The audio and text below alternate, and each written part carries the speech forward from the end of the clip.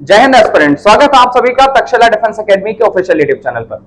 2024 का लोकसभा इलेक्शन बहुत सारे कारणों से चर्चा में रहा और उन सभी कारणों में से एक बहुत महत्वपूर्ण कारण था अग्निवीर योजना।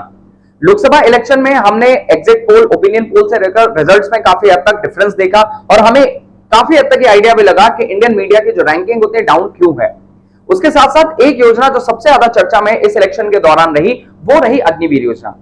हमने देखा कि जो इंडिया गठबंधन है जिसमें कि कांग्रेस और बाकी सारी पार्टियां मुख्य रूप से शामिल हैं, उस गठबंधन ने यह कहा था कि अगर मान लीजिए उनकी सरकार बनती है तो वो अग्निवीर योजना को पूरी तरीके से खत्म कर देंगे और जो पुराना सिस्टम था सोल्जर्स को भर्ती करने के लिए उस सिस्टम को वापस से लाएंगे। वहीं पर जब लोकसभा इलेक्शंस के रिजल्ट आए उसके बाद में जो एनडीए गठबंधन है जिसमें कि भारतीय जनता पार्टी, बीजेपी और बाकी जो उनके सहयोगी दल हैं, उन लोगों ने मुख्य रूप से जब ये सरकार बनाने का दावा पेश करने की कोशिश की तो कुछ सहयोगी दलों में से जिसमें कि नीतीश कुमार जी की पार्टी मुख्य रूप से, इन लोगों ने ये बोला हम आपका समर्थन तभी करेंगे जब आप अग्निवीर योजना पर विचार करेंगे और आप इसकी समीक्षा करेंगे। इस वीडियो में हम डिटेल में जानेंगे कि क्या अग्निवीर योजना खत्म होने वाली है या इसमें और क्या क्या संभावनाएं हैं। सबसे पहले हम इस वीडियो में यह समझेंगे कि अग्निवीर योजना वास्तविकता में है क्या। इस अग्निवीर योजना के तहत युवाओं को सेना में 4 साल के लिए सर्विस करने का मौका दिया जाता था और वो योजना अभी भी चल रही है। ऑब्जेक्टिव अगर हम देखें इस योजना का उद्देश्य ये था कि जो हमारे सेना में लोग हैं वो ज्यादा से ज्यादा युवा हो, नई जनरेशन हो, जिससे हो क्या हर एक कुछ समय के बाद में नए लोग सेना में आएंगे जिससे सेना में जो एजिलिटी है वो बनी रहेगी, नए लोग रहेंगे, फुर्तीले लोग रहेंगे, फील्ड एरिया में या हाई एल्टीट्यूड में इन लोगों की एफिशिएंसी ज्यादा रहेगी। दूसरी चीज ये थी कि एक समय के बाद में अगर बहुत सारे लोग परमानेंट कमीशन के लिए होते हैं तो पेंशन का और बाकी सारी चीजों का फौज पर काफी हद तक बर्डन होता है जिससे फौज काफी हद तक मॉडर्नाइज नहीं हो पाती है। इन सभी समस्याओं को दूर करने के लिए युवाओं को सेना में अग्निवीर की तरह जो कि एक स्पेशल रैंक बनाई गई थी जिसमें एयरफोर्स के एयरमैन, नेवी के सेलर्स और इंडियन आर्मी के जो सोल्जर्स और जवान होते हैं उस पदों पर भर्ती करने के लिए यह योजना को लाया गया था। अब हम बात करते हैं कि इसमें वास्तविकता में अभी क्या चर्चाएं चल रही हैं। सबसे पहली चीज तो यह है कि हमारे जो वर्तमान में प्रधानमंत्री हैं श्री नरेंद्र मोदी जी, इनके शपथ ग्रहण से पहले भाजपा ने जब अपने बाकी जो भी सहयोगी दल है जिसमें राष्ट्रीय जनतांत्रिक गठबंधन जिसको राजग बोलते हैं और उसके सहयोगी दल साथ में जो जनता दल यूनाइटेड है जेडीयू और लोक जनशक्ति पार्टी एलजेपी जिसमें रामविलास पासवान जी की पार्टी मुख्य रूप से है, इस योजना की समीक्षा करने की मांग की है। देखिए वास्तविकता में अभी तक एनडीए गठबंधन ने इस योजना को खत्म करने की बात नहीं करी है, लेकिन इसके सहयोगी दलों ने इस योजना की समीक्षा करने की मांग की है क्योंकि जब से ये योजना आई है युवाओं के द्वारा इस योजना को बहुत ज्यादा पसंद नहीं किया गया है और उसके साथ साथ इस योजना को लेकर अक्सर बहुत सारे क्वेश्चंस उठते रहे। उन क्वेश्चंस को भी हम समझेंगे अगली स्लाइड्स में कि क्या ऐसी चीजें हैं जो इस योजना में लगातार एक क्वेश्चन की तरह रही हैं। उससे पहले हम समझ लेते हैं कि वास्तव में यह अग्निपथ योजना है क्या। युवाओं को 4 साल की अवधि के लिए सशस्त्र सेना जो हमारी है, चाहे वो इंडियन आर्मी है, नेवी है, एयरफोर्स है, इसमें सेवा करने का अवसर देने के लिए ये योजना बनाई गई थी। इस योजना से शामिल युवाओं को अग्निवीर, वायुवीर और जलवीर कहा जाएगा रिस्पेक्टिव ब्रांचेस में जिसमें भी वो ज्वाइन करते हैं और इनको 4 साल के लिए सेना में भर्ती रखा जाएगा। इस दौरान अगर मान लीजिए इनको 4 साल के बाद में भी आगे सर्विस करने का मौका दिया जाना है तो होगा क्या, केवल इसमें से 25% को ही रिटेन किया जाएगा जो फर्दर 15 साल की ही अवधि के लिए सेना में शामिल होंगे। इन लोगों को जो लगभग भर्ती होगी, सालाना जो वैकेंसीज निकाली जानी थी वो 45,000 से 50,000 वैकेंसीज थी जो सारे विंग्स को मिलाकर, आर्मी, नेवी और एयरफोर्स तीनों विंग्स को मिलाकर थी। इसके साथ सबसे जरूरी चीज ये थी कि ये योजना केवल अभी सोल्जर्स रैंक पर आई थी, अधिकारी रैंक से जो नीचे की भर्तियां हैं उन जगहों पर इंप्लीमेंट किया गया था।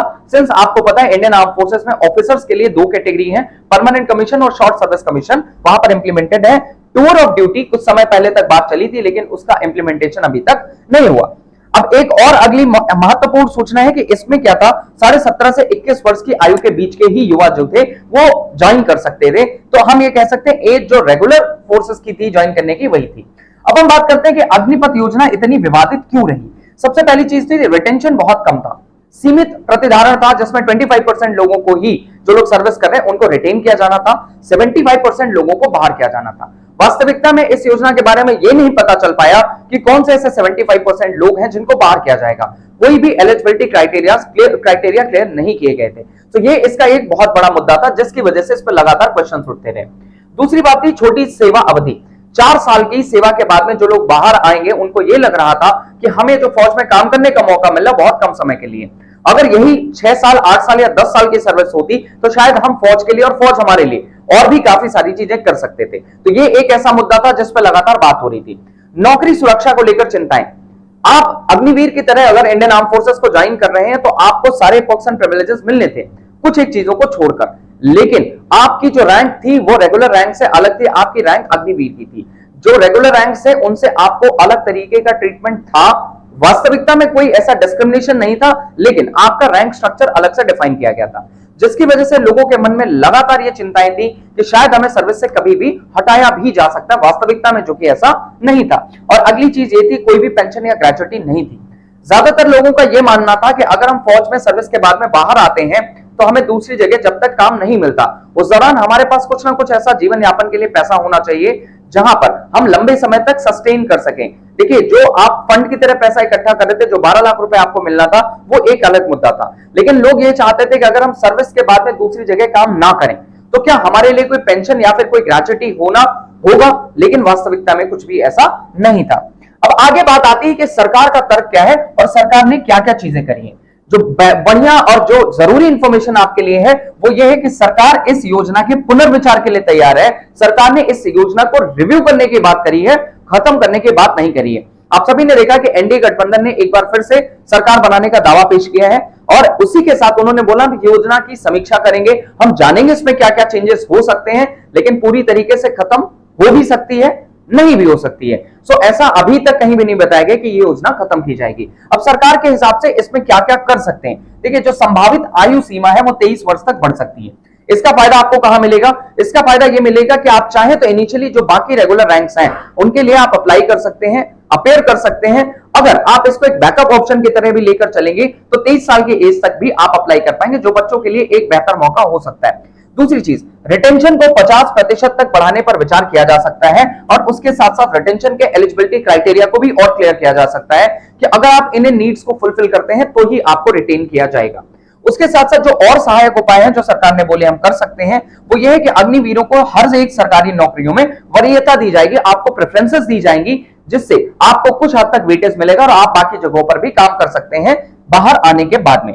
दूसरा, IGNOU, Indira Gandhi national open university, इन्होंने ये बोला है, सरकार ने बोला कि इग्नू द्वारा विशेष कौशल आधारित डिग्री कार्यक्रम संचालित किए जाएंगे। आप अग्निवीर की तरह काम किए तो आप बहुत सारी स्किल्स को एक्वायर करते हैं। उन स्किल्स के साथ में अगर आप इग्नू के साथ एसोसिएट करते हैं, इग्नू में एनरोल कराते हैं, तो कुछ एक डिग्री प्रोग्राम्स आपके लिए चलाए जाएंगे जो आपके गवर्नमेंट और प्राइवेट सेक्टर दोनों जगहों की नौकरियों के लिए काफी हद तक फायदेमंद होने वाले हैं, बेनिफिशियल होने वाले हैं।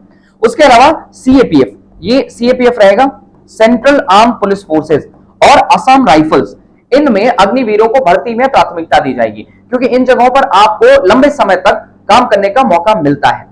इस वीडियो में हमें यह पता चला कि क्या क्या और चीजें ऐसी हो सकती हैं। वास्तविकता में अग्निवीर योजना आप सभी कैसे देखते हैं या अग्निवीर योजना में आप सभी कैसे कैसे बदलाव चाहते हैं, आप अपने सुझाव, अपने सजेशंस हमारे कमेंट बॉक्स में जरूर ड्रॉप कर सकते हैं। जुड़े रहिए तक्षशिला डिफेंस एकेडमी के साथ में। Thank you. जय हिंद।